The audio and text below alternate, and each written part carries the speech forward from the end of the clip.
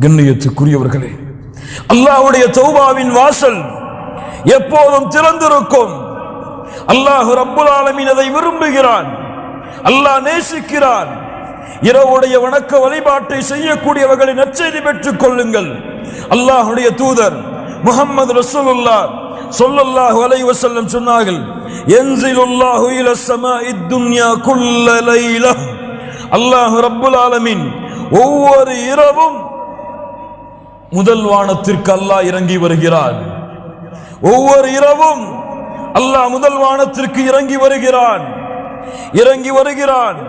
மூன்றாவது இரவுடைய பகுதியில் முதல் நேரத்தில் வந்து கூறுகிறான், ஃபயகூலு அனல் மலிக், அனல் மலிக், நான் அரசன். மன் தல்லதி யதுஊனி ஃபஅஸ்தஜீப லஹ், என்னை அழைப்பவர்கள் யார்? அவர்களுடைய அழைப்பிற்கு பதில் கொடுக்கிறேன்.